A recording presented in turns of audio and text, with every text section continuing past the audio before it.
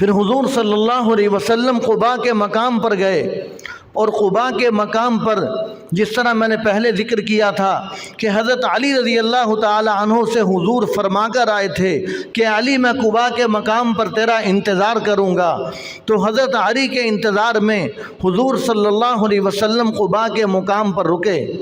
اور جب وہاں پر گئے تو جا کر سب سے پہلا کام کیا مسجد بنائی۔ حضور صلی اللہ علیہ وسلم نے مسجد تعمیر کی، اور وہ قباء، مسجد قباء اتنی بابرکت ہے، اتنی منور اور معطر اور پاکیزہ مسجد ہے، اس لیے کہ آج ہم اگر مسجد بناتے ہیں تو ہم کسی بزرگ کو، کسی عالم کو، کسی اللہ والے کو بلاتے ہیں اس کی بنیاد رکھنے کے لیے، قربان جائیں مسجد قباء پر جس کی بنیاد خود نبی کریم صلی اللہ علیہ وسلم نے رکھی،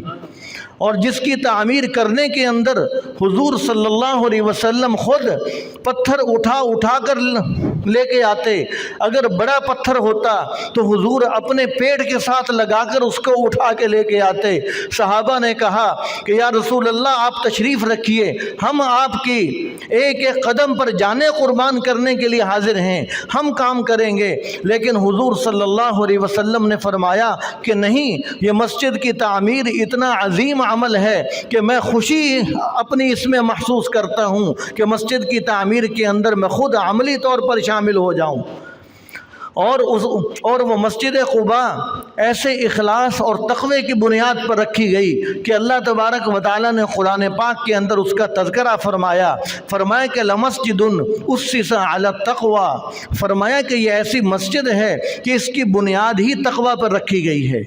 اس کی بنیاد ہی اخلاص پر ہے، اس کے اندر ریاکاری کا کوئی شبہ نہیں ہے۔ فرمایا فیہ رجال یحبون ان یتطہروا، فرمایا کہ اس میں ایسے لوگ رہتے ہیں جو کہ پاکیزگی کو پسند فرماتے ہیں۔